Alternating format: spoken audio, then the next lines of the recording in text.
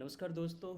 मैं स्वागत करता हूं आपका आपके अपने यूट्यूब चैनल पर जी के वाई मनो सर पर। आज हमारा टॉपिक होगा राष्ट्रपति, जिसको हम 3 या 4 पार्ट में कंप्लीट करेंगे। तो पहला पार्ट हम आपके सामने लेके आए, जिसमें हम आपको बताएंगे कि राष्ट्रपति का चुनाव देश में कैसे होता है, राष्ट्रपति के लिए योग्यताएं क्या होती हैं, वो हम आपके सामने डिस्कस करेंगे। ठीक है दोस्तों, स्टार्ट करते हैं। तो राष्ट्रपति राष्ट्रपति भारत राज्य का प्रमुख होता है। इसको संविधान का प्रमुख भी कहा जाता है। लेकिन दोस्तों, बात करें हम, जो हमारा वास्तविक जो प्रमुख होता है वो प्रधानमंत्री होता है। क्योंकि आपने सुना होगा कि कोई भी जब देश में कोई गलत काम होता है या फिर कोई भी गलती होती है, तो इसको डायरेक्टली जिम्मेदार ठहराया जाता है, वो प्रधानमंत्री को ठहराया जाता है, ना कि राष्ट्रपति को।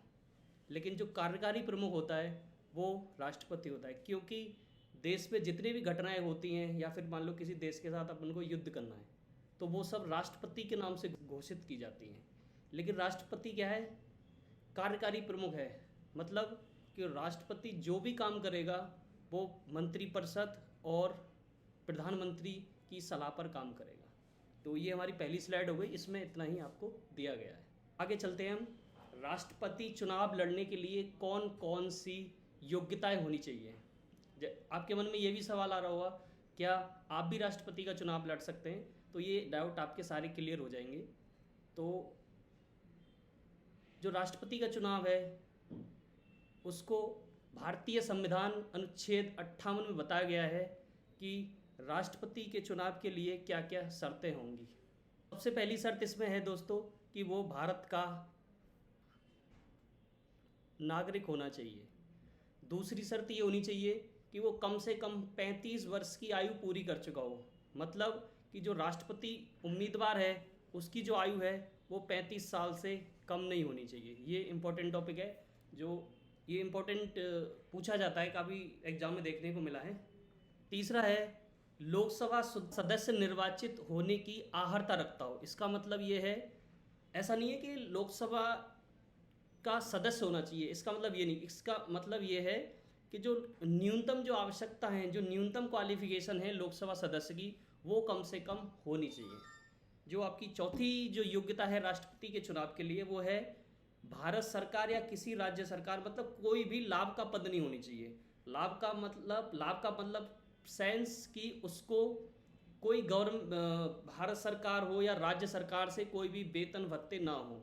लेकिन जो लाभ का पद है उसमें आपका राष्ट्रपति, उपराष्ट्रपति, किसी राज्य का राज्यपाल हो, केंद्र या राज्य सरकार में मंत्री पद हो, वो लाभ का पद नहीं माना जाएगा। आपके मन में डाउट आ रहा होगा कि किसी राज्य का राज्यपाल भी राष्ट्रपति बन सकता है? बिल्कुल बन सकता है।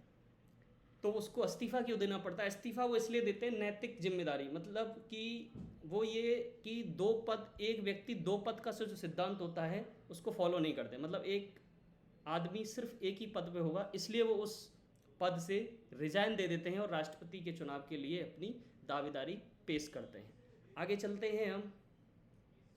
ये सबसे महत्वपूर्ण इसमें पॉइंट है कि राष्ट्रपति का निर्वाचन कैसे होता है। मतलब इसमें कौन कौन वेट करेगा? हम या आप इसमें वोट नहीं कर सकते। राष्ट्रपति का जो निर्वाचन होता है या फिर जो राष्ट्रपति का चुनाव होता है वो अप्रत्यक्ष तरीके से होता है। इन द मीन्स कि उसमें जनता डायरेक्ट वोट नहीं करती है। उसमें वोट कौन करता है? जैसे आपके क्षेत्र के MP MLA, मतलब आपकी जो विधानसभा है या आपकी लोकसभा निर्वाचन क्षेत्र है, आपने वहाँ से किसी को वोट किया, ठीक है, तो वहाँ जो उम्मीदवार चुन के जाएगा वो राष्ट्रपति के चुनाव में भाग लेगा। इसको हम और थोड़ा सा डिटेल में डिस्कस करेंगे।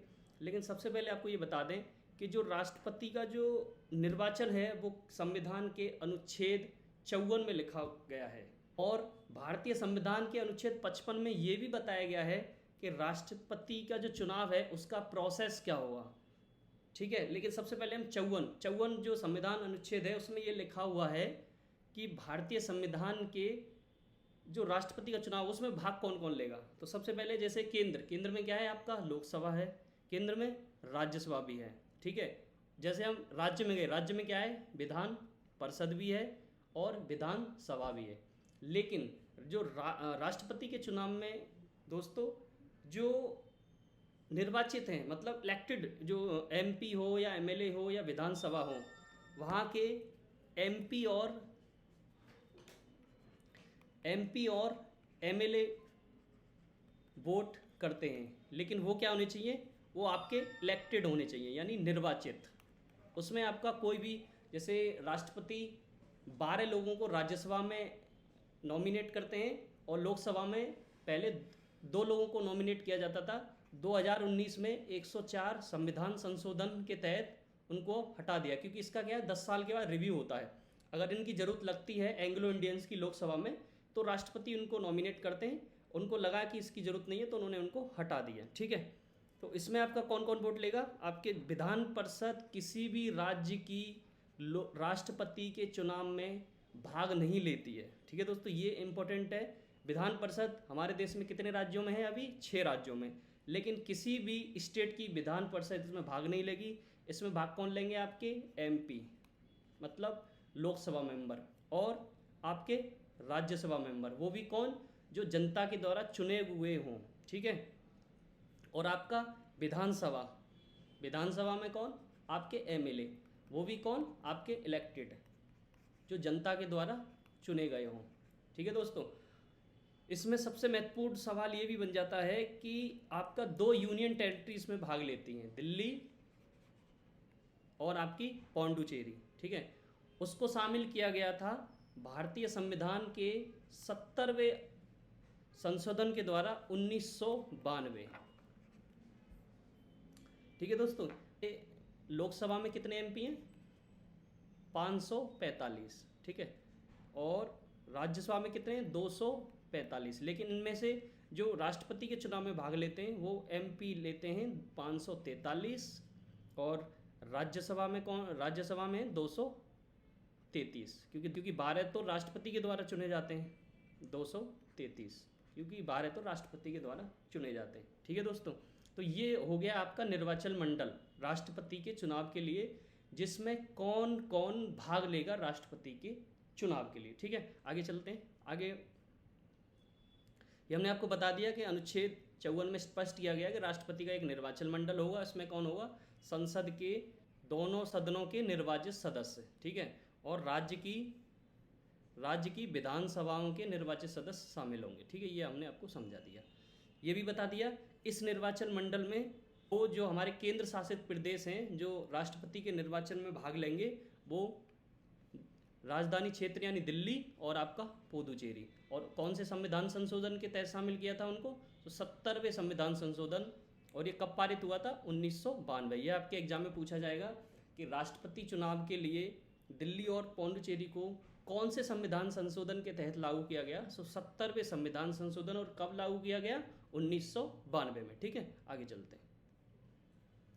ये आपका महत्वपूर्ण है, जो आपके वनडे एग्जाम है, जैसे कि आपका एयरफोर्स का वाई ग्रुप हो गया, या फिर रेलवे हो गया, या फिर जो छोटे एग्जाम है एसएससी के, उनमें आपका काफ़ी जो वनडे एग्जाम में पूछ लेता है कि राष्ट्रपति को कौन शपथ दिलाता है। तो राष्ट्रपति को शपथ दिलाते हैं आपके जो आपके सुप्रीम कोर्ट हैं उनके महान्यायाधीश, यानी CJI, यानी चीफ जस्टिस ऑफ इंडिया। अगर मान लो चीफ जस्टिस ऑफ इंडिया अनुपस्थित हैं, तो उनकी अनुपस्थिति में कौन शपथ दिलाएगा, तो जो आपका सुप्रीम कोर्ट है वहाँ का, आपका जो उच्चतम न्यायालय है वहाँ का जो वरिष्ठ सदस्य होंगे, यानी एज में सबसे ज़्यादा, यानी सबसे ज़्यादा जो एक्सपीरियंस जो मेंबर हैं, वो राष्ट्रपति को उसकी शपथ दिलाएंगे। ठीक है, आगे चलते हैं। ठीक है, ये बड़ा महत्वपूर्ण सवाल है कि मान लो राष्ट्रपति के चुनाव में किसी को, जो उस निर्वाचन मंडल में एमपी एमएलए शामिल हैं, क्योंकि 543 तो लोकसभा के और 233 राज्यसभा के, और हमारी हर विधानसभा में अलग अलग एमएलए की संख्या है। जैसे कि आप मान लो यूपी में ही 403 है, ऐसे ही, तो उसमें जो संख्या है वो हज़ारों हो जाएगी निर्वाचन मंडल में। तो अगर किसी को लगता है कि कोई जो राष्ट्रपति का जो निर्वाचन है उसमें डिस्प्यूट हुआ है, या फिर लगता है कि कोई गड़बड़ी हुई है, तो उसके लिए कौन जा सकता है, उसके लिए जो निर्वाचक मंडल होगा उसके 20 मेंबर, उनको लिए लगेगा कि हाँ राष्ट्रपति के चुनाव में कोई गड़बड़ी हुई है, तो वो क्या करेंगे, वो सुप्रीम कोर्ट जा सकते हैं। लेकिन जो टाइम होगा वो ऐसा नहीं है कि राष्ट्रपति के चुनाव हो गए और उनको लगा 2 साल बाद कि इसमें कोई गड़बड़ी है, तो ऐसा कुछ नहीं है, ऐसा नहीं माना जाएगा। 30 दिन के अंदर, ये बड़ा अच्छा पॉइंट है, 30 दिन के अंदर उनको सुप्रीम कोर्ट जाना पड़ेगा, सुप्रीम कोर्ट निर्णय देगा और 5 जज की जो बेंच है वो इसमें जांच करेगी, ठीक है। वो जांच करेगी और ये डिसाइड करेगी कि जो राष्ट्रपति का जो चुनाव हुआ है, जो इलेक्शन हुआ है, उसमें कोई गड़बड़ी हुई है कि नहीं हुई है, ठीक है। उसमें क्या हो, वो अपना फैसला सुना देंगे। अगर उनको लगता है कि कुछ गड़बड़ी हुई है तो राष्ट्रपति को हटा दिया जाएगा। अगर उनको लगता है कि कोई गड़बड़ी नहीं हुई तो वही राष्ट्रपति पद पर बने रहेंगे। लेकिन यहाँ से एक डाउट बच्चों का होगा कि मान लो राष्ट्रपति जी ने क्या है, कोई भी कानून बना दिया। अब डाउट आपका ये होगा कि जो मान लो राष्ट्रपति को हटा दिया गया, लेकिन उन्होंने जो कानून बनाया था, क्या वो कानून वैध रहेगा या अवैध रहेगा? हाँ, तो ये सबसे बड़ा डाउट यहाँ पे आपके मन में शायद आ रहा होगा। लेकिन इसका मैं आपको बता दूँ, अगर राष्ट्रपति जी पद पर नहीं बने रहते हैं और उन्होंने कोई कानून बना दिया, तो जो आपका जो कानून होगा वो वैध रहेगा, ठीक है। ये आपको यहाँ पे मैं आपको बता दूँ कि जो कानून उन्होंने बना दिया है वो वैध रहेगा। और इसमें जो भी फैसला लेगा, यानी मेन तो यही पूछा जाता है एग्जाम में कि अगर राष्ट्रपति के चुनाव में कोई गड़बड़ी होती है तो आप कहाँ जा सकते हैं। आपको ऑप्शन मिलेगा, आप हाई कोर्ट जा सकते हैं, आप सुप्रीम कोर्ट जा सकते हैं। तो आपको क्या टिक करना है वहाँ पर? सुप्रीम कोर्ट, यानी उच्चतम न्यायालय आप जा सकते हैं, ठीक है। आगे चलते हैं, ठीक है। अब नेक्स्ट है आपका जो राष्ट्रपति का जो निर्वाचन होगा, वो उसका जो नाम है वो कैसे होगा।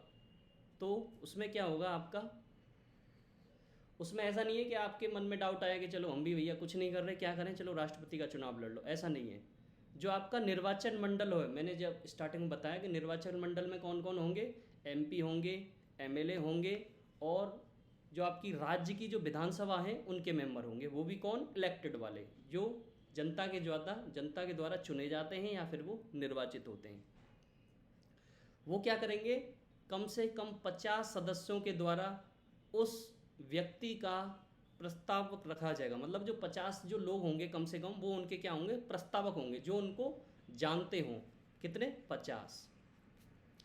मतलब वही व्यक्ति आवेदन कर सकता है राष्ट्रपति चुनाव के लिए जो निर्वाचक मंडल में जो 50 लोग हैं कम से कम, वो उनके नाम का प्रस्ताव रखें। और 50 कौन, अनुमोदक, यानी वो उनके नाम को आगे बढ़ाएं चुनाव के लिए।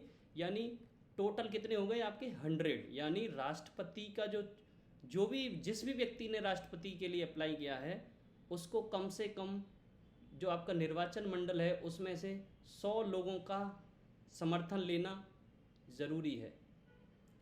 नहीं तो आपकी जो दावेदारी है, उम्मीदवारी है, वो निरस्त कर दी जाएगी, वो स्वीकार ही नहीं की जाएगी, ठीक है। ये सबसे इम्पोर्टेंट टॉपिक है, सबसे इम्पोर्टेंट पॉइंट है यहाँ पे।